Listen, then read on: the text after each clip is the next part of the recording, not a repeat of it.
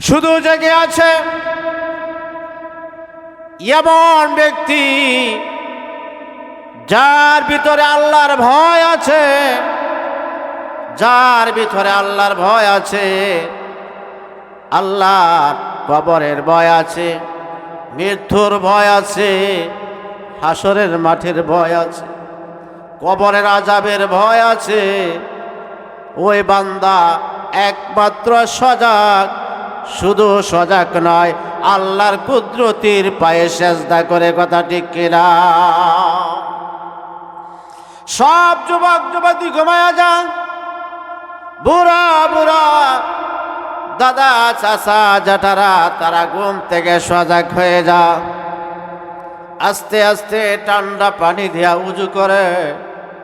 ভাই কনকনা শীত, ওই শীতের মধ্যে ঠান্ডা পানি দিয়া উজু কইরা আল্লাহর দরবারে যখন বান্দা দাঁড়ায় যা, আর যখন আল্লাহর দরবারে কান্দে, চোখের পানিগুলো ছেড়ে দেয়, কবরের ভয়ে চোখের পানি ছেড়ে দেয়, মৃত্যুর ভয়ে কবরের মৃত্যুর ভয়ে চোখের পানি ছেড়ে দেয়। ও ভাই, মৃত্যুর ভয়ে চোখের পানি ছেড়ে দেয়, জাহান্নামের ভয়ে চোখের পানি ছেড়ে দেয়। আর আল্লাহর কাছে বলে, আল্লাহ এতদিন আমি জুলুম করেছি, আমার নফসের উপর জুলুম করেছি। রব্বানা যালামনা আনফুসানা ওয়া ইল্লাম তাগফির লানা ওয়া তারহামনা লানাকুনান্না মিনাল খাসিরিন। আল্লাহ তাআলার কাছে বলেন, নিজে নফসের উপর নিজে জুলুম করে ফেলছি, আল্লাহ আমাকে ক্ষমা করে দাও। ও ভাই, আল্লাহর ভয়ের চোখের পানি, আল্লাহর ভয়ের চোখের পানি যদি মাছির সমতুল্য চোখের কোনায় এসে যা, আল্লাহ রাসূল বলেছেন পানিটা আসতে দেরি হয়, আল্লাহ আপনি আমাদের গুনাহ মাফ করতে দেরি হয় না। এই জন্য আল্লাহর ভয়ে কাঁদতে রাজি আছেন তো কাঁদবেন, আল্লাহর ভয়ে কাঁদবেন, দুজকের আগুনের ভয়ে কাঁদবেন, আপনার কবরের আযাবের ভয়ে কাঁদবেন।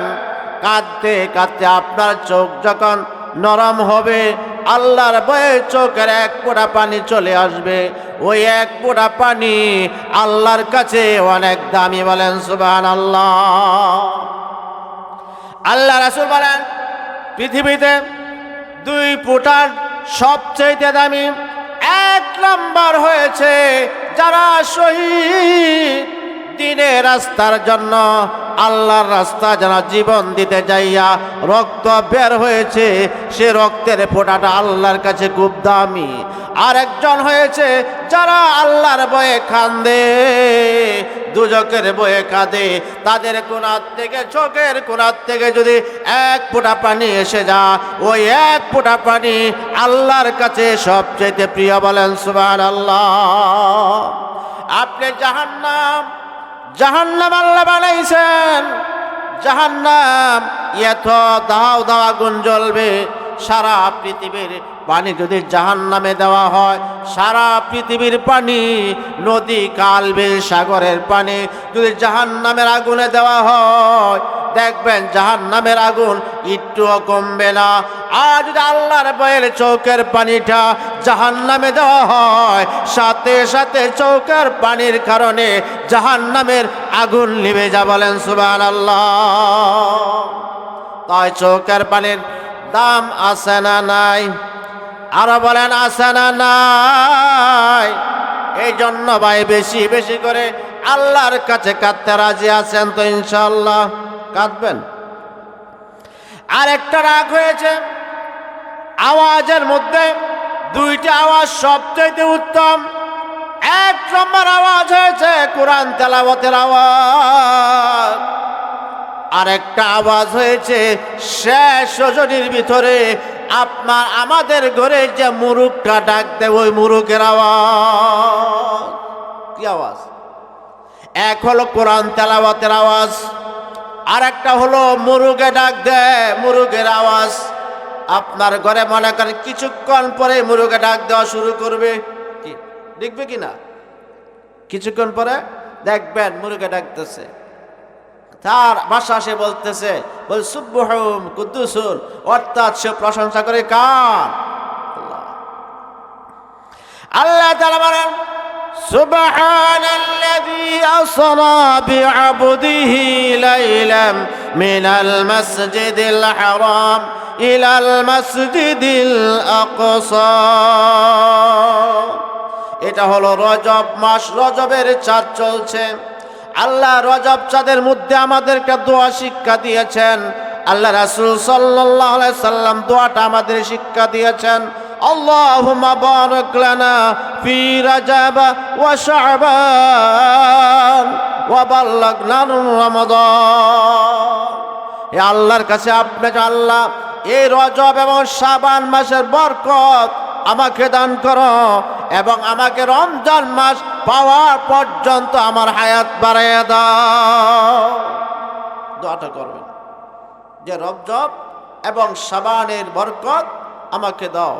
এই রজব মাসের অনেকগুলো শিক্ষা আছে, আমি সেগুলো বলবো না। তাহলে এই রজবের চাঁদের বরকত এবং শাবান মাসের বরকত এবং আমাদেরকে রমজান মাস পাওয়ার মতন আল্লাহ তাআলা তৌফিক দান করে। দোয়া করবেন তো ইনশাআল্লাহ? দোয়া করবেন তো ইনশাআল্লাহ? দোয়া করবেন। যদি আপনাকে আল্লাহ তাআলা এই বরকত আর রমজান মাস যদি আপনাকে পাওয়া দেয়। রমজান মাস হয়েছে মানুষের গুনার মাস। মানুষের কি মাস? গুনাহ মোচনের মাস হইল রমজান মাস। সে রমজান মাস যদি আমরা পাই, আমরা পেয়ে যাই, তখন দেখবেন ইনশাআল্লাহ রমজান মাসে যদি কোনো মুসলমানের মৃত্যু হয়, আল্লাহ তাআলা বিনা হিসাবে জান্নাত দিয়ে দেয়। বলেন সুবহানাল্লাহ। তা আমরা প্রত্যেকে রমজান মাসে মৃত্যু কামনা করব। যদি আল্লাহ আমাকে মৃত্যু দেয়, কোন মাসও যেন দেয়? রমজান মাসও দেয়। কি বারে দেয়? যেন শুক্রবারে দেয়। কি দেয়? যখন জুমার দিনে দেয়, তখন এই দিনটাও ফজিলত। দিনটাও কি ফজিলত। ভাই, আমরা এখানে আসলাম আল্লাহকে রাজি খুশি করার জন্য, কথা ঠিক কিনা? আপনারা এই গভীর রজনী পর্যন্ত এখানে বসা, আপনাদেরকে কেউ কোনো টাকা দিবে না, খাওয়াইবেও না, সার পয়সাও দিবে না, যাতায়াত ভাড়াও দিবে না। তাহাই বোঝা গেল আমরা এখানে আসি একমাত্র আল্লাহকে রাজি খুশি করার জন্য। কাকে রাজি খুশি করার জন্য? আল্লাহকে রাজি খুশি করার জন্য। এমন সময় আমরা উপনীত হয়েছি যে সময় আল্লাহর কাছে কাঁদবেন, আল্লাহ মাফ করবে। আল্লাহর কুদরতির পায়ে সাজদায় পড়ে যাবেন, আল্লাহর কুদরতির পায়ে সাজদা পড়ে যাবেন। আর যখন কান্না হাও মাও করে কান্না শুরু করে দিবেন, আল্লাহ তাআলা বান্দা কান্দিস না, বান্দা কান্দিস না, তুই কি চাস আমি আল্লাহ তোরা সব দিয়া দিব। বলেন সুবহানাল্লাহ। এই জন্য আল্লাহ বলেন, যদি কোনো যুবক মানুষ আল্লাহর কাছে চায়, আল্লাহর কুদরতের পায়ে সিজদা করে, আল্লাহ আনন্দিত হয়ে যা। আর যদি কোনো মুরব্বী মানুষ আল্লাহর কুদরতের পায়ে সিজদা করে, আল্লাহ লজ্জা লাগে। এক হলো যুবকদেরকে আল্লাহ খুশি হয়ে মাফ করে দেয়, আর মুরব্বীদেরকে আল্লাহ তাআলা সম্মানের জন্য আল্লাহ তাআলা তাদেরকে মাফ করে দেয়। বলেন সুবহানাল্লাহ। তাহলে যারা মুরব্বী আছেন তারা আল্লাহর কুদরতের পায়ে সিজদা করতে হবে। আর যারা জওয়ান আছেন তারা কি করবেন? তারা লেফের তলা থাকতে হবে। কি লেফের তলা থাকতে হবে? নামাজ যখন ফরজ হয় সবার জন্যই ফরজ, রোজা যখন ফরজ হয় সব মুসলমানের জন্যই ফরজ। আলেমের জন্য যে মাসালা, আপনাদের জন্য সে কি মাসালা, কথা ঠিক কিনা? وَإِذَا قُرِئَ الْقُرْآنُ فَاسْتَمِعُوا لَهُ وَأَنصِتُوا لَعَلَّكُمْ تُرْحَمُونَ।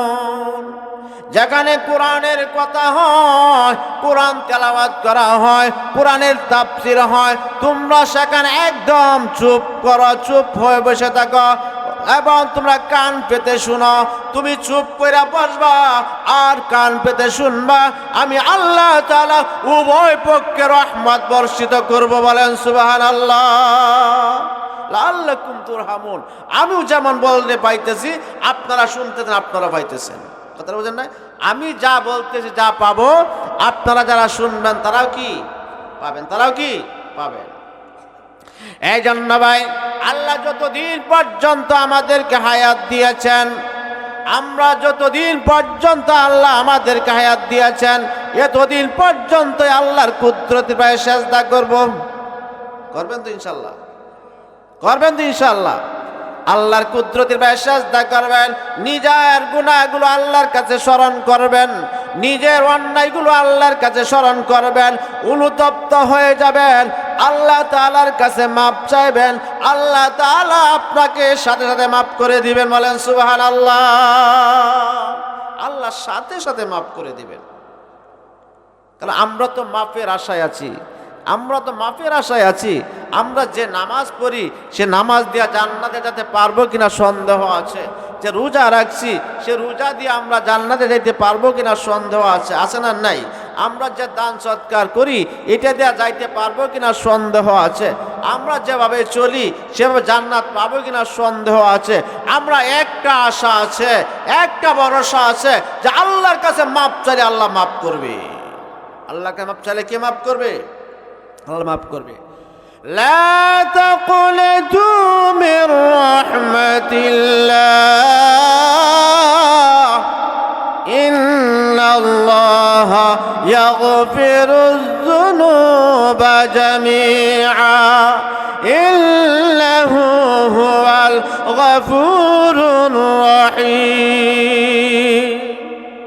আল্লাহ তাআলা বলেন, বান্দা তুই যতই গুনাহ করিস, আমি আল্লাহর রহমত থেকে নৈরাশ হইস না।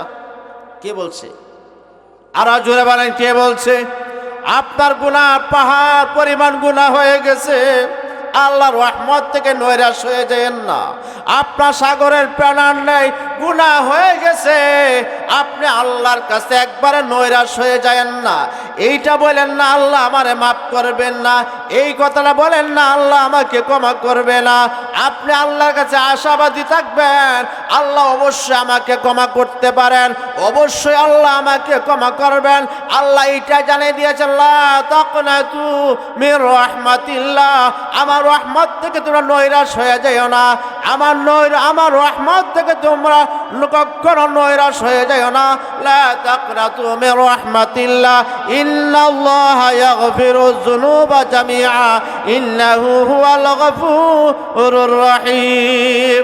আমি আল্লাহ তাআলা ইচ্ছা করলে তোমার যত প্রকারের গুনাহ আছে, তোমার যত বড় গুনাহ আছে, তোমার যত মন গুনাহ আছে, তোমার যে পরিমাণ গুনাহ আছে, আমি আল্লাহ মুহূর্তে তোমাকে মাফ করে দিতে পারি। বলেন সুবহানাল্লাহ। এই আশাটা আমার রাখতে হবে, এই আশাটা আমার থাকতে হবে যে আমাদেরকে যে আল্লাহ তাআলা মাফ করেন, অবশ্যই মাফ করতে পারবেন। আর আল্লাহ যদি আমাদেরকে মাফ করে দেন, অবশিষ্ট কোনো গুনাহ বাকি থাকবে না। বলেন সুবহানাল্লাহ। আল্লাহ মাফ করে কি করবে? সব গুনাহ মাফ করে কি করবে? আল্লাহ মাফ করলে বুঝতে পারেন আল্লাহ সমস্ত গুনাহ কি করবেন? মাফ করে দিবেন। তা হয় আল্লাহ এর চাইতে আর কি দয়া করবে? ও ভাই, এই জন্য আল্লাহর রহমত থেকে নৈরাশ হবেন না, আর বেশি বেশি করে আল্লাহর কাছে তওবা করবেন। তওবা ইলাল্লাহি তাওবাতান নাসুহা, আপনি কাটি তওবা করবেন। আপনার গুনাহ আল্লাহর কাছে বলবেন, আল্লাহ আমি এই গুনাহ করে ফেলছি, আমি রাত্রে এই গুনাহ করে ফেলছি, আমি এই গুনাহটা করে ফেলছি। আপনি যদি এই কাজটা করতে পারেন, আল্লাহ তাআলা বলেন আপনার আল্লাহর কাছে চাইতে দেরি হবে, আল্লাহ দিতে দেরি হবে না, আল্লাহ দিতে দেরি হবে না। এই জন্য আল্লাহ রাসূল সাল্লাল্লাহু আলাইহি সাল্লামের একজন সাহাবী, রাসূল সাল্লাল্লাহু আলাইহি সাল্লাম মসজিদে নববীতে বসা, এমন সময় একজন সাহাবী আসতেছেন।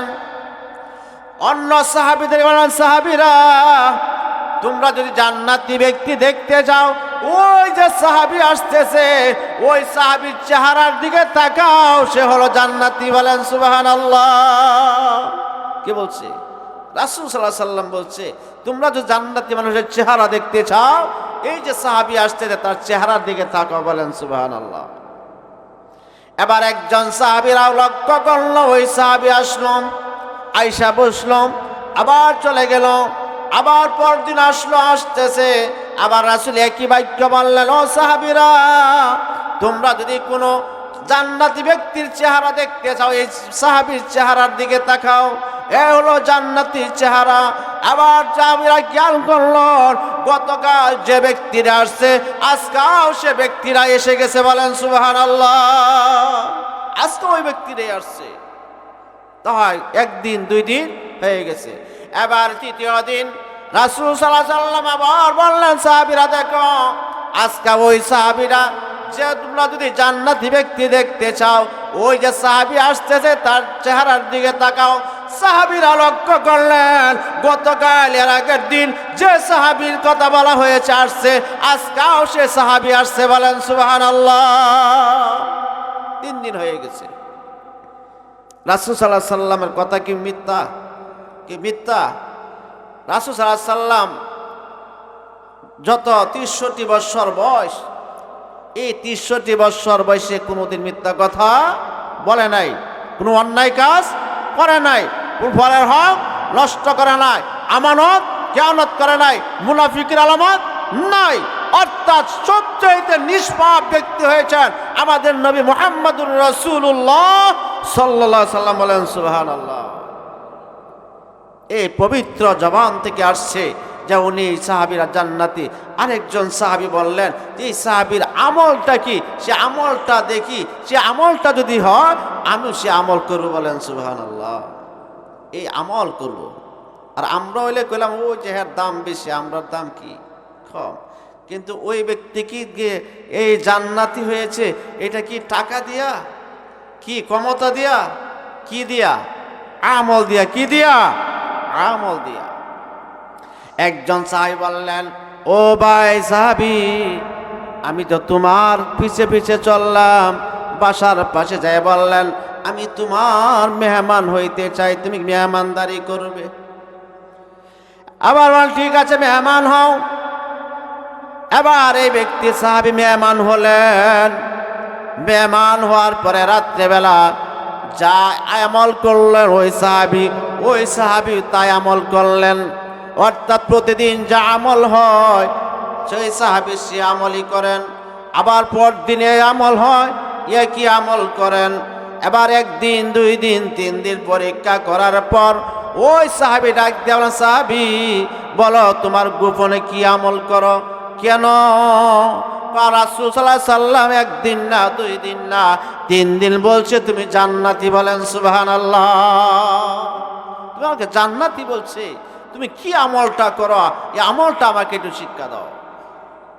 এবার সাহাবী ডাক দিয়ে বলেন, ভাই আমার তো কোনো আলাদা কোনো আমল নাই, আপনি আজকে 1 দিন না 2 দিন না 3 দিন পর্যন্ত আমার কাছে আছেন।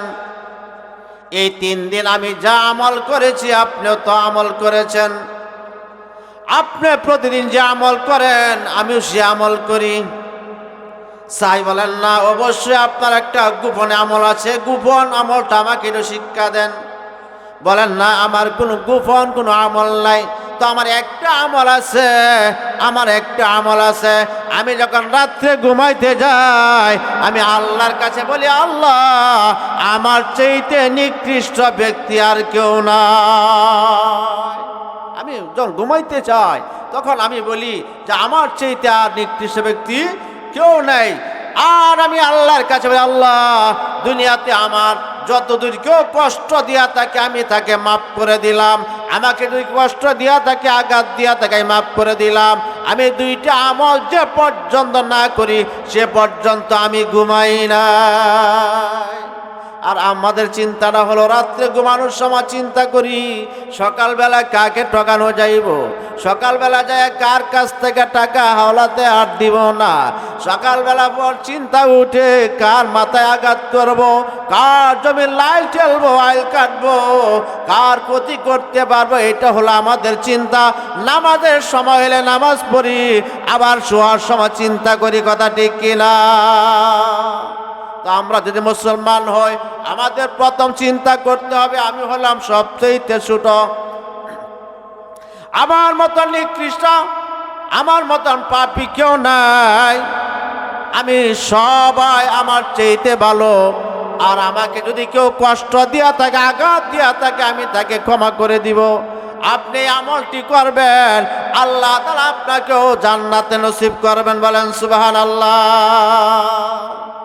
এই জন্য ভাই আল্লাহ তাআলা অগণিত অসংখ্য অগণিত নবী পাঠাইছেন একমাত্র মানুষকে বোঝানোর জন্য। কথা ঠিক কিনা? প্রত্যেক নবীদের বেলা প্রত্যেক নবীদের এক এক নবীদের এক একটা মুজিজা ছিল, এক এক নবীদের এক একটা মুজিজা ছিল। হযরতে দাউদ আলাইহিস সালামের মুজিজা ছিলেন, উনাকে আল্লাহ তাআলা এমন ক্ষমতা দিয়েছেন, উনি লোহা যত শক্ত হোক লোহা হাত দিয়া চাপ দিছে মোমের মতন নরম হয়ে গেছে। বলেন সুবহানাল্লাহ। হযরতে মূসা আলাইহিস সালামকে লাঠি দিলেন, এবার লাঠি দিয়া যা ইচ্ছা নিয়ত করে তাই করতে পারেন। মূসা নবী শেষ, তার মুজিজাও শেষ। দাউদ নবী শেষ, মুজিজাও শেষ। হযরত ঈসা আলাইহিস সালামকে আল্লাহ মুজিজা দিয়েছেন, মৃত্যুর মানুষের কাছে যদি হাত বুলাইয়ে বলতে পারে কুম বিইজনিল্লাহ, সাথে সাথে জিন্দা হয়ে গেছে। ঈসা নবী শেষ, মুজিজাও শেষ হয়ে গেছে। কথা ঠিক কিনা? মুজিজাও শেষ, অর্থাৎ তাদের মুজিজা তাদের ভিতরে ছিল। আর আমাদের নবী মুহাম্মদুর রাসূলুল্লাহ সাল্লাল্লাহু আলাইহি সাল্লামের মুজিজা, আল্লাহ রাসূল সাল্লাল্লাহু আলাইহি সাল্লামের মুজিজা পুরাটা কোরআন শরীফ। অর্থাৎ রাসূল চলে গেছে, তার মুজিজাগুলো আমাদের জন্য রেখে গেছে। বলেন সুবহানাল্লাহ। এই জন্য কোরআনটাই হলো আল্লাহ রাসূলের মুজিজা। আল্লাহ তাআলা যা দান করেন এইটাই মুজিজা। কারণ তাওরীত চলে গেছে, ইনজিল চলে গেছে, জাবুর চলে গেছে, একমাত্র কোরআন বাকি আছে। কোরআন এসে গেছে, আজকানা কালকানা কিয়ামত পর্যন্ত সে কোরআন চলতেই থাকবে, চলতেই থাকবে কিয়ামত পর্যন্ত। সে কোরআনের ছাড়া আর কোনো বিকল্প কোনো কিতাব আল্লাহ পৃথিবীতে আর পাঠাইবেন না। যে নবী চলে গেছে, এই যে শেষ নবী, এই নবী আর দুনিয়াতে আসবে না। তাকে বলছো আনা খাতামুন নবীন, উনি হয়েছেন শেষ নবী। উনি কি? শেষ নবী। আল্লাহ রাসূল সাল্লাল্লাহু আলাইহি ওয়াসাল্লাম মেরাজ আল্লাহ ইচ্ছা করলে মক্কা থেকে সরাসরি নিতে পারতেন কিনা? তো আল্লাহ বাইতুল মুকাদ্দাসে কেন নিয়েছেন? এবং বাইতুল্লাহ থেকে বাইতুল মুকাদ্দাস থেকে আকাশ পর্যন্ত নিয়েছেন। আমি সব ইতিহাস বলবো না, আমি অল্প সময় শুধু আপনাকে বোঝানোর জন্য বলতেছি যে আল্লাহ তার ইচ্ছা করলে এখান থেকে নিতে পারতেন। আল্লাহ বাইতুল্লাহ এবং বাইতুল মুকাদ্দাস পর্যন্ত কেন নিয়েছেন? বলেন সুবহানাল্লাহ। এর রহস্য আছে না নাই? দুনিয়াতে যদি কোনো কাজ করা হয়, আপনাকে যদি কেউ না মানে, কেউ যদি আপনাকে পাগল ছাগল বলে, যদি আপনাকে কেউ না মানে, আপনার যদি কিছু মুজিজা অলৌকিক কিছু দেখান তখন বা বলেন, তারা কি বিশ্বাস করবে? কি তারা কি বিশ্বাস করবে? না, বিশ্বাস করবে না। আল্লাহ তাআলা বলেন মুহাম্মাদুর রাসূলুল্লাহ সাল্লাল্লাহু আলাইহি সাল্লামের মেরাজ, এই মেরাজ যা হবে আল্লাহ রাসূল সাল্লাল্লাহু আলাইহি সাল্লামের মা আমেনার কাছে বলে গিয়েছেন। কার কাছে? মা আমেনার কাছে বলছেন, তোমার ছেলে মুহাম্মাদুর রাসূলুল্লাহ সাল্লাল্লাহু আলাইহি সাল্লামকে আকাশে ভ্রমণ করা হবে। বলেন সুবহানাল্লাহ। ভ্রমণ করা হবে কেমন বা বুঝাইলেন? হযরত আমেনা যখন ওনার গর্ভে সন্তান 6 মাস, আপনি ইতিহাস জানেন, রাসূল সাল্লাল্লাহু আলাইহি সাল্লাম যখন মার গর্ভে 6 মাস হয়েছে তখন বাবা হারাইলেন। কথা ঠিক কিনা? বাবা হারাইলেন, এবার মা সন্তান হলো, রাসূল সাল্লাল্লাহু আলাইহি সাল্লাম দুনিয়াতে আগমন হলেন। এবার মা আমেনা চিন্তা করলেন, হায়রে যদি আমার স্বামী থাকতো, আমার স্বামী থাকলে সন্তানকে কত কিছু আসা যাওয়া করত, কত আনন্দ করত, কত ঘুরতে নিয়ে যাইতো, কত খেলনা এনে দিত, কত কিছু করত। অর্থাৎ একজন স্ত্রী হিসাবে বা স্বামীর জন্য, স্বামী সন্তানের জন্য যা কিছু করবে, যা কিছু করে সব মনে মনে একটা পরিকল্পনা করে। কথা ঠিক কিনা? আল্লাহ রাসূল বলেন, আল্লাহ তাআলা বলেন আমেনা, তুমি চিন্তা করতেছ তোমার সন্তানরা দুনিয়াতে আসছে, তোমার স্বামী আব্দুল্লাহ তাকে কিছু খেলনা এনে দিবে, তারা খেলাধুলা করবে।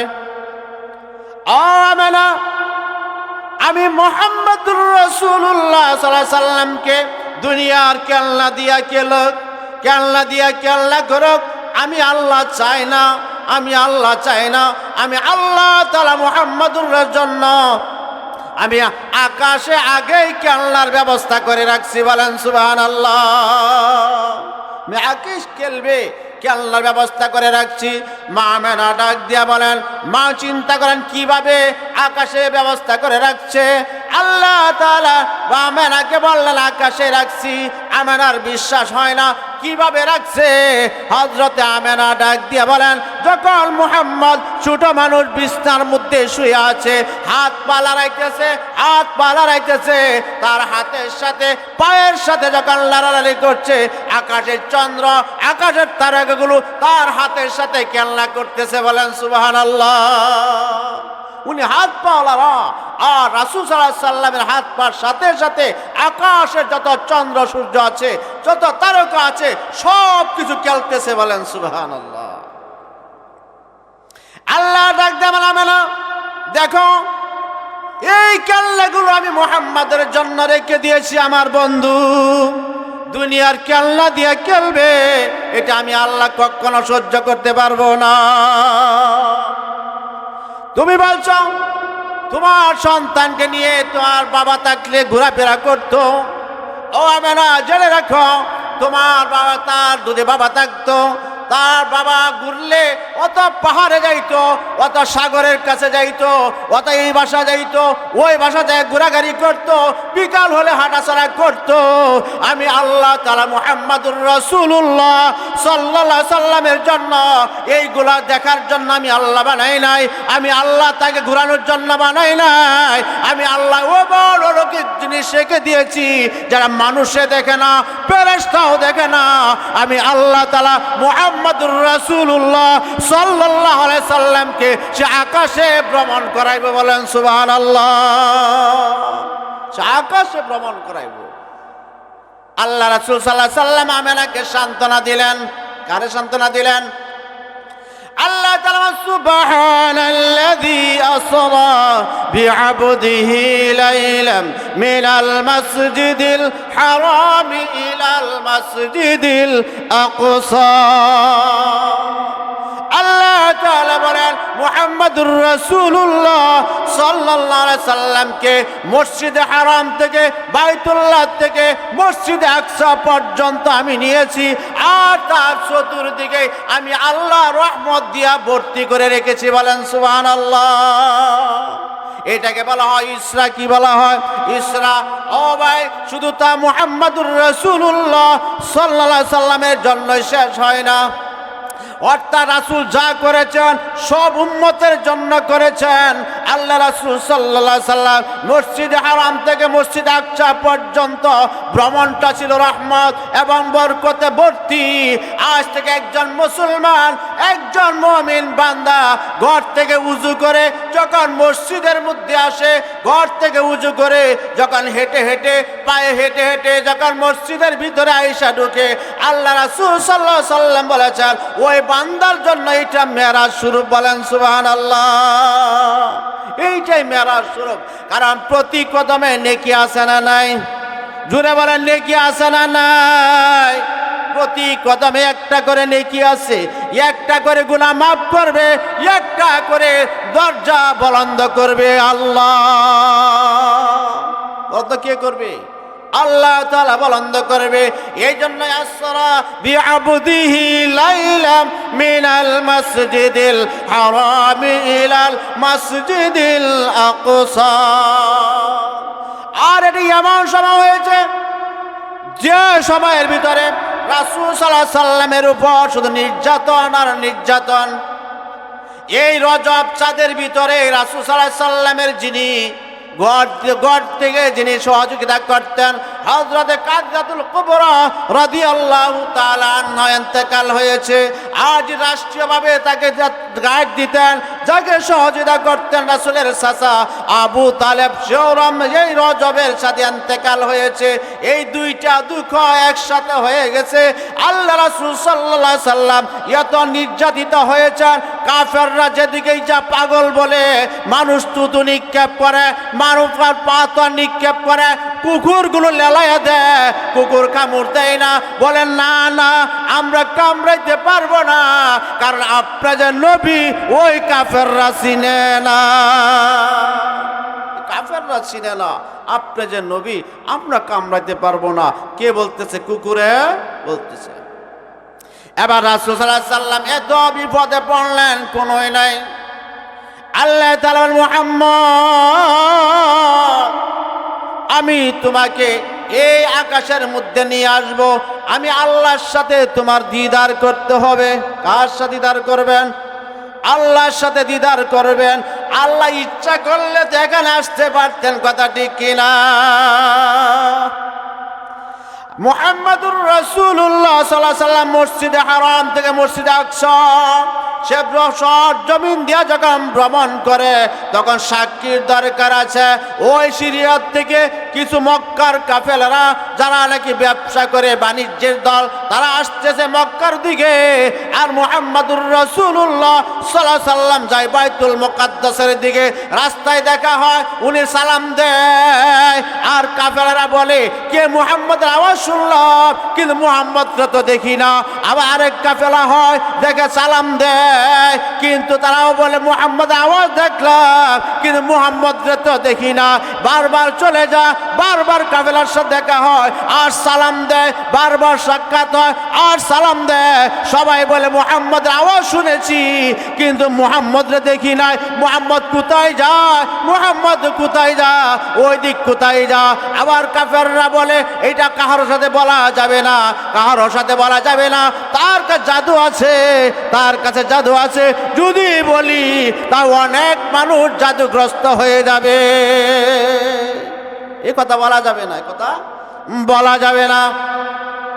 মুহাম্মাদুর রাসূলুল্লাহ সাল্লাল্লাহু আলাইহি সাল্লাম বাইতুল মুকাদ্দাস চলে গেলেন। এই বাইতুল মুকাদ্দাসে হযরত ইব্রাহিম আলাইহিস সালাতু ওয়াস সালাম সে বুরাক দিয়ে নামলেন। বুরাক দিয়ে নামার পর রাসূল সাল্লাল্লাহু আলাইহি সাল্লাম দেখে বিশাল জামাত রেডি, নামাজের জামাত রেডি। হযরত রাসূল সাল্লাল্লাহু আলাইহি সাল্লাম ডাকলেন, ইব্রাহিম, এত বড় জামাত তো আমি কখনো দেখি নাই, এত বড় জামাত আমি কখনো পড়ি নাই। এই জামাতের ইমাম কে হবে? এই জামাতের, এত বড় জামাতের ইমাম কে হবে? আল্লাহ হযরত জিবরাইল ডাক দিলেন, ইয়া রাসূলুল্লাহ, এইটা ইমাম কে হবে? অর্থাৎ এইটার ইমাম আপনি হবেন। বলেন সুবহানাল্লাহ। নবী যান, আপনি নামাজ পড়ান, কারণ এলাকায় যত ইমাম নবী আছে, সমস্ত নবী আজকে আপনার মুক্তাদি হবে। বলেন সুবহানাল্লাহ। আমার বলার উদ্দেশ্য হলো, ওই আকাশে যখন চলে গেছে, সেখানে যে একটা মুরুগ পাইছে। কি পাইছে? কথা ভালো করে বোঝেন।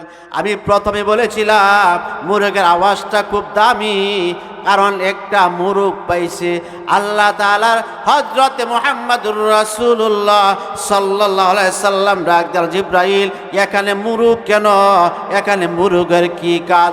আল্লাহ বললেন, এখানে মুরুগের কি কাজ? হযরত জিবরাইল ডাক দিয়ে বলেন, ইয়া রাসূলুল্লাহ, এটা দুনিয়ার মুরুগ নয়, এটা দুনিয়ার মুরুগ নয়, এটা আল্লাহ তাআলা ফেরেশতাকে মুরুগের বেশে বানাইছে। বলেন সুবহানাল্লাহ।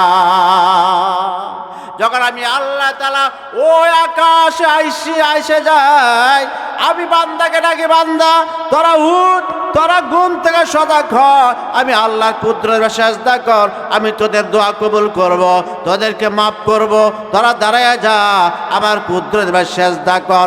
ওই বান্দারা যখন এখান থেকে আমি ডাক দিই, তখন আওয়াজটা মুরুগে শুনে, ওই মুরুগের আওয়াজটা যখন আওয়াজ দেয়, তখন জমিনে যত মুরুগ আছে প্রত্যেকটা মুরুগের কানে আওয়াজটা পৌঁছে যা। বলেন সুবহানাল্লাহ।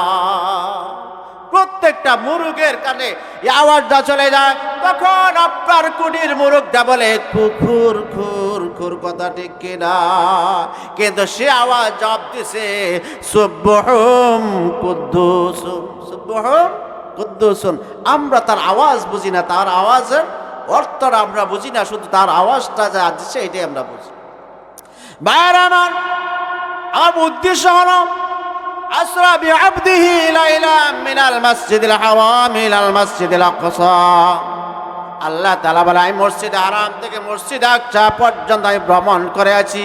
এখান থেকে আরেকটা জাহান দিয়ে আমি আল্লাহ তাআলা, এটা কেউ বলছে এটা বিভিন্ন রিওয়ায়াতে বিভিন্ন আছে, আমি আল্লাহ রাসূল সাল্লাল্লাহু আলাইহি সাল্লাম তখন আরেকটা ভ্রমণ সিঁড়ি যা বলা হয় ওইটাতে উঠে প্রথম আকাশে চলে গেলেন, দ্বিতীয় আকাশ, তৃতীয় আকাশ, চোপ আকাশ পাড়ি দিয়া যখন সিদরাতুল মুনতাহা চলে গেলেন, তখন সিদরাতুল মুনতাহা যায় দেখেন একটা বড়ই গাছ। কি গাছ? একটা বড়ই গাছ, অর্থাৎ সিদরাতুল, ওই বড়ই গাছের নামকরণ হয়েছে সিদরাতুল মুনতাহা। বড়ই গাছের নাম ওই সিদরাতুল মুনতাহা। রাসূল সাল্লাল্লাহু আলাইহি সাল্লাম বলেন যে এখানে এত বড় বড় বড়ই, আমরা ঘরের যে মটকা আছে মটকার মতন হলো বড়ই, আর তার এক একটা পাতা হাতির কানের চাইতে বড়। বলেন সুবহানাল্লাহ। কি এত উপরে কি গাছ? কি গাছ? বড়ই গাছ। ক্ষমতা আল্লাহর আছে না নাই? ক্ষমতা আল্লাহর আছে না নাই? কদরে কুদরত তু দারি হ্যাঁ হর সে কাহি আকুনি, কদরে কুদরত তু দারি হ্যাঁ হর সে কাহি আকুনি, মুর্দা রাজা হামতে বখশি জিন্দারা বেজাগুনি, মুর্দা রাজা হামতে বখশি জিন্দারা বেজাগুনি। تولج الليل في النهار وتولج النهار في الليل وتخرج الحي من الميت وتخرج الميت من الحي وترزق من تشاء بغير حساب। আল্লাহ তাআলা বলেন সমস্ত ক্ষমতার মালিক হয়েছে আমার আল্লাহ, সমস্ত ক্ষমতা মালিক হয়েছে আমার আল্লাহ, যিনি রাত্রকে দিন করেন আর দিনকে রাত্রে পরিণত করেন, অর্থাৎ রাতের পর দিন, দিনের পর রাত। কাউকে হায়াত দেন, কাউকে মৃত্যু দেন, অর্থাৎ মৃত্যুর যিনি দেন তিনি হায়াত দেন। তাই বোঝা গেল যিনি রাত দেন, যিনি দিন দেন, যিনি হায়াত দেন, যিনি মৃত্যু দেন, তিনার নাম কি? নাম কি? নারায়ে তাকবীর, নারায়ে তাকবীর, আল্লাহু আকবার। আল্লাহ সবচাইতে বড়, যে আল্লাহ সবচাইতে বড় সে আল্লাহ ডাকতে রাজি আছি না নাই? সে আল্লাহকে বেশি বেশি করে ডাকবেন, আল্লাহ আপনার গুনাহ মাফ করবে। আল্লাহকে বেশি বেশি আওয়াজ দিবেন, আল্লাহ আপনাকে মাফ করবে। আল্লাহ তাআলা বলেন যখন মুহাম্মদুর রাসূলুল্লাহ সাল্লাল্লাহু আলাইহি সাল্লামকে ওই সিদরাতুল মুনতাহা নিয়ে গেলাম, সিদরাতুল মুনতাহার পরে আবার উপরে চলে গেল, আবার উপরে চলে যাওয়ার পর আল্লাহ তাআলা বলেন, রাসূল সাল্লাল্লাহু আলাইহি সাল্লাম বলেন, জিবরাইল বলতেছেন ও মুহাম্মদ, ও রাসূল সাল্লাল্লাহু আলাইহি সাল্লাম আপনি উপরে যান, এর উপরে যাওয়ার ক্ষমতা আমার নাই। তাই আমি আগেই বলেছিলাম যেমন জায়গায় আল্লাহ রাসূলকে নিয়েছেন যেটা কোনো ফেরেশতাও জানে না, কথা ঠিক কিনা? কোনো ফেরেশতাও জানে না। এরপর নিয়ে গেলেন আল্লাহ আরশ মহল্লায় নিয়ে গেলেন, আল্লাহর আরশের সাথে মহল্লায় নিয়ে গেলেন, আল্লাহর সাথে কথা হলো। কথা হওয়ার পর আবার চলে আসলেন দুনিয়াতে। দুনিয়াতে আসার পর যখন মানুষের কাছে বললেন ও ভাইরা, আমি তো আজকে রাত্রে মেরাজ করেছি। কি করেছে? আমি আজকে রাত্রে, আমি কথাটা ভালো করে বোঝান, আমি আজকে রাত্রে মেরাজ করেছি। যখন একজন দুইজনের কাছে বলে, আবু জাহেল ডাক দিয়ে বলে মুহাম্মদ আগে কিছু পাগল ছিল, এখন পুরাটাই পাগল হয়ে গেছে, পুরাটাই পাগল হয়ে গেছে। আলবার আবু জাহেল ডাক দিয়ে বলেন মুহাম্মদ পুরাটাই পাগল হয়ে গেছে। আবু জাহেল ডাক দিয়ে বলেন ও সাথীরা যাও, যাও তোমরা যাইয়া তোমরা যাইয়া আবু বক্করের সাথে কথাটা বলো। আবু বক্কর নয় বিশ্বাস করবে না, তার বন্ধু যে পাগল হয়ে গেছে, কথা ঠিক কিনা? যাও আবু বক্করের কাছে খবরটা নিয়ে যাও। আবু জাহেল লোক পাঠাইলেন, কেউ বলছে আবু জাহেল নিজেই চলে গেলেন। এবার যাই বলে বন্ধু আবু বক্কর, আপনার যে বন্ধু মোহাম্মদ, আমরা আগে বলছি উনি পাগল হয়ে গেছে, আপনি বিশ্বাস করেন নাই, আপনাকে মানাইতে পারি নাই। আজকে দেখেন উনি পাগল কিনা, উনি পাগল হয়ে গেছে। কি বলছে? উনি বলছে আজকে রাত্রে মসজিদে হারাম থেকে মসজিদে আকসা থেকে আল্লাহর আরশ পর্যন্ত পাড়ি দিয়া চলে আসছে। বলেন সুবহানাল্লাহ। এটা বিশ্বাস করার মতন, এটা পাগল ছাড়া কেউ বলতে পারে না, বলবেও না। আবু বকর ডাক দিয়ে বলেন, ও ভাই আপনি একটু থামেন। মুহাম্মাদুর রাসূলুল্লাহ, আমাদের নবী মুহাম্মাদুর রাসূলুল্লাহ সাল্লাল্লাহু আলাইহি ওয়াসাল্লাম যদি বলে থাকে, আমি আবু বকর বিশ্বাস করেছি, কারণ অবশ্যই হইতে পারে। বলেন সুবহানাল্লাহ। রাসূল বইলা থাকে, তাই অবশ্যই হইতে পারে। আমি আবু বকর বিশ্বাস করেছি। কারণ এমন কেন বিশ্বাস করেছি? যিনি বলছে আল্লাহ আছে, আল্লাহকে আমরা দেখি নাই, তারপর আল্লাহকে বিশ্বাস করেছি। যিনি বলছেন আমি মুহাম্মদ, আমরা বিশ্বাস করেছি। দিন ঈমান বিশ্বাস করেছি। সব যদি বিশ্বাস করতে পারি, জাহান্নাম আছে বিশ্বাস করেছি, জাহান্নাম আছে বিশ্বাস করেছি, জান্নাত আছে বিশ্বাস করেছি। যদি সব বিশ্বাস করতে পারি, তাই মুহাম্মদ মক্কা থেকে বাইতুল মুকাদ্দাস, বাইতুল মুকাদ্দাস থেকে আল্লাহর আরশ পর্যন্ত যাওয়ার মতন ক্ষমতা আল্লাহর আছে, রাখতে পারে। বলেন সুবহানাল্লাহ। অবশ্যই থাকতে পারে। এবার মুহাম্মাদুর রাসূলুল্লাহ সাল্লাল্লাহু আলাইহি সাল্লামের কাছে বললেন, তখন আবু বকর দৌড়ে আসলেন মুহাম্মাদুর রাসূলুল্লাহ সাল্লাল্লাহু আলাইহি সাল্লামের কাছে। বলেন সুবহানাল্লাহ। বললেন বন্ধু মুহাম্মদ, আজকে বুঝি এই ঘটনা হয়ে গেছে? তো আবু বকর হয়েছে। কি হয়ে গেছে? হয়েছে মারহাবা। বলেন কি? মারহাবা। আল্লাহ তাআলা আপনার সম্মান আরো বাড়ায় দেখ। বলেন সুবহানাল্লাহ। আপনার সম্মান আরো বাড়ায় দেখ। এবার বললেন আমি বিশ্বাস করেছি। যখন প্রচার হয়ে গেছে, এবার অনেক কাফেলা, যে সমস্ত কাফেলারা ছিল, ওই রাস্তার মধ্যে মুহাম্মদের আওয়াজ পেয়েছে। কথা মনে আসেনি? মনে আসেনি? ওই রাস্তার মধ্যে রাসূল সালাম দিছে, তারা বলছে মুহাম্মদ কোথায় যা, আবার বলছে মুহাম্মদ কোথায় যা। এবার তাদের কাছে যখন চলে গেছে, খবরটা প্রচার হয়ে গেছে, এবার বলে আমরা তো ওই রাত্রে ওই রাস্তার মধ্যে মুহাম্মদের আওয়াজ পেয়েছি। বলেন সুবহানাল্লাহ।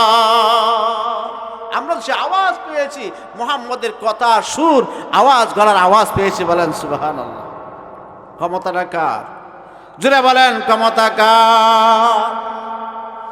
এবার আবু জাহেল ডাক দিয়ে বলেন, ঠিক আছে, যদি হয়ে থাকে আমি তোমাকে একটা পরীক্ষা করব। পরীক্ষা আছে না নাই? ইমানে পরীক্ষা আছে না নাই? আমি তোমাকে একটা পরীক্ষা করব। কি? তুমি যদি বাইতুল্লাহ থেকে বাইতুল মুকাদ্দাস যেয়ে দেখো, তুমি তো কখনো বাইতুল মুকাদ্দাস দেখো না। না না, আমি কখনো দেখি নাই। কোনোদিন গিয়েছ? না, আমি তো কোনোদিন যাই নাই।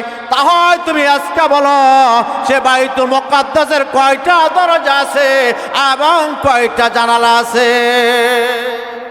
যে দেখেন হয় বলেন। এবার আপনারা বলেন, যদি আপনি হঠাৎ করে কোনো জায়গায় যান, কয়টা দরজা, কয়টা জানালা গইনা আসেন? কি গইনা আসেন? না। এবার মুহাম্মাদুর রাসূলুল্লাহ সাল্লাল্লাহু আলাইহি ওয়াসাল্লাম, আল্লাহ, এইটা তো বলার ক্ষমতা আমার নাই। আমি দরজা গুনতে যাই নাই, জানালা গুনতে যাই নাই। আমি তোমার হুকুমে গেছি, তুমি আমাকে নিয়েছ। এবার কাফেররা যা বলছে তার উত্তরটা তুমি ছাড়া আর কেউ দিতে পারবে না। উত্তর দিবে কে? আল্লাহ তাআলা হযরত জিবরাইলকে পাঠিয়ে দিলেন, জিবরাইল যাও আমার বন্ধুর কাছে যাও, আমার বন্ধুর কাছে যাও। এই বাইতুল মুকাদ্দাসটা পুরা ছবিটা তোমার হাতে করে নিয়ে মুহাম্মদের কাছে ধরে দাও। বলেন সুবহানাল্লাহ। হযরত জিবরাইল আলাইহিস সালাম আসলেন, এই পুরা বাইতুল মুকাদ্দাসটাকে নিয়ে আসলেন। আয়েশা ইয়া রাসূলুল্লাহ আপনি চিন্তা করেন না, আপনার চিন্তার কোনো কারণ নাই। এই যে বাইতুল মুকাদ্দাসটা, এই বাইতুল মুকাদ্দাস আপনাকে আমি সামনে ধরে দিছি, আমি ঘুরাইতেছি, আপনি গনে গনে বলে দেন কয়টা দরজা আছে এবং কয়টা জানালা আছে এবং জানালার কয়টা শিক আছে, রড আছে, প্রত্যেকটা আপনি গনে গনে বলে দেন। বলেন সুবহানাল্লাহ। তা আল্লাহ যদি সামনে আয়না দিয়ে বলতেন কি কঠিন হয়ে যাবে। এবার রাসূল বললেন, এবার আবু জাহেল ডাক দিয়ে বলেন যে মুহাম্মদের জাদু বাইতুল মুকাদ্দাস পর্যন্ত পৌঁছে গেছে। অর্থাৎ আল্লাহ তাআলা আবু জাহেলের কপালে হেদায়েত দেয় নাই। কি দেয় নাই? হেদায়েত দেয় নাই। ইন্নাকা লাতাহদি মান আহবাবতা ওয়ালাকিন্নাল্লাহ ইয়াহদি মান ইয়াশা। আল্লাহ তাআলা বলেন আমি আল্লাহ যাকে ইচ্ছা করি সে হেদায়েত পাবে, যাকে ইচ্ছা করি নাই সে হেদায়েত পাবে নাই। কথাটা কার? যখন এই আয়াতটা হযরত বেলাল শুনলো, বেলাল কাঁদতে শুরু করলো। বেলাল কাঁদতে কাঁদতে চোখ দিয়ে পানি পড়তেছে। রাসূল ডাক দিয়ে বলেন, বেলাল তুমি কেন কাঁদো? তোমার কেন চোখ দিয়ে পানি বাইর হয়? আর বেলাল ডাক দিয়ে বলেন, ইয়া রাসূলুল্লাহ আল্লাহ বলছে ইন্নাকা লা তাহদি মান আহবাবতা ওয়ালাকিন্নাল্লাহ ইয়াহদি মান ইয়াশা। আল্লাহর হাতে হেদায়েতের চাবিকাঠি। যদি আল্লাহর কাছে হেদায়েত না থাকতো আমি হয়তো বেলাল পাইতাম না।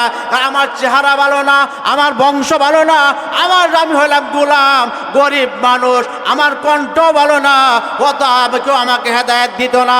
আল্লাহর কাছে হেদায়েত আছে বিধায় আল্লাহ আমাকে হেদায়েত দান করছে। আল্লাহর কাছে হেদায়েত আছে বিধায় আল্লাহ আমাকে কি করছে? হেদায়েত দান করছে। আর রাসূল সাল্লাল্লাহু আলাইহি সাল্লাম হযরত বেলাল শান্ত হও, কারণ হেদায়েতের মালিক কে? আল্লাহ তাআলা বলেন وَنُنَزِّلُ مِنَ الْقُرْآنِ مَا هُوَ شِفَاءٌ وَرَحْمَةٌ لِّلْمُؤْمِنِينَ وَلَا يَزِيدُ الظَّالِمِينَ إِلَّا خَسَارًا। আমি আল্লাহ তাআলা কোরআন অবতীর্ণ করেছি। এই কোরআনটা হয়েছে মুমিনের জন্য ঔষধ। কাদের জন্য? মুমিনের জন্য ঔষধ, আর কাফেরের জন্য হয়েছে ক্ষতিকর। তাই এই কোরআন মুমিনদেরকে আরো মুমিন বানাইবে, ঈমানদারদেরকে মুমিন বানাইবে, আর কাফেরদেরকে আরো নিকৃষ্ট বানাইবে। কথা ঠিক কিনা? যদি আপনি কোরআনের রাস্তায় আসেন আল্লাহ আপনাকে মুমিন বানাইবে। কোরআনের রাস্তায় আসবেন না আল্লাহ আপনাকে কখনো মুমিন বানাবে না, কখনো মুমিন বানাবে না। ও বেলাল তুমি তো কোরআনের রাস্তায় এসে গেছো, আমি আল্লাহ রাসূলের হাতে বায়াত গ্রহণ করেছ, কোরআনের উপর আমল করেছ, আল্লাহ তার মর্যাদা বাড়ায় দিছে। শুধু তাই নয়, আল্লাহ মসজিদে নববীর মুয়াজ্জিন বানায় দিছে। বলেন সুবহানাল্লাহ।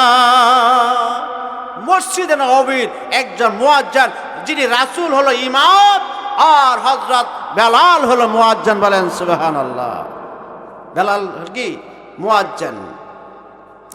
दुनियाए मुअज्जन में तेरा नाम रहेगा, दुनियाए मुअज्जन में तेरा नाम रहेगा,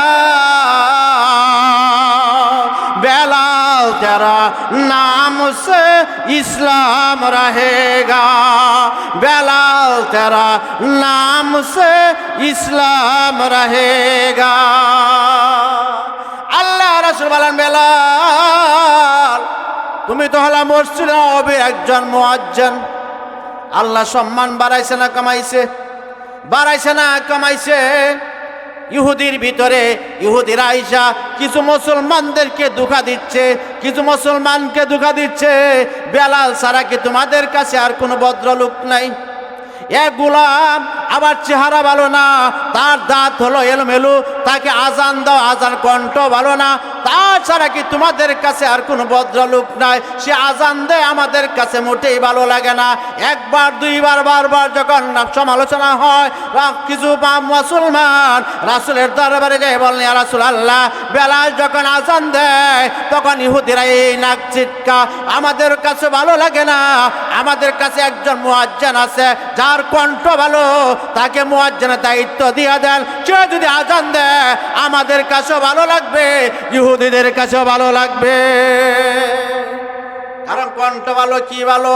কণ্ঠ ভালো। একদিন দুই দিন বারবার যখন প্রস্তাব করে, আর রাসূল সাল্লাল্লাহু আলাইহি ওয়াসাল্লাম বলেন, বেলাল আজকে তুমি ফজর আজান দিও না, ফজর আজান দিবে এমক সাহাবী। তোমার চাকরি আজ থেকে শেষ। চাকরি কি?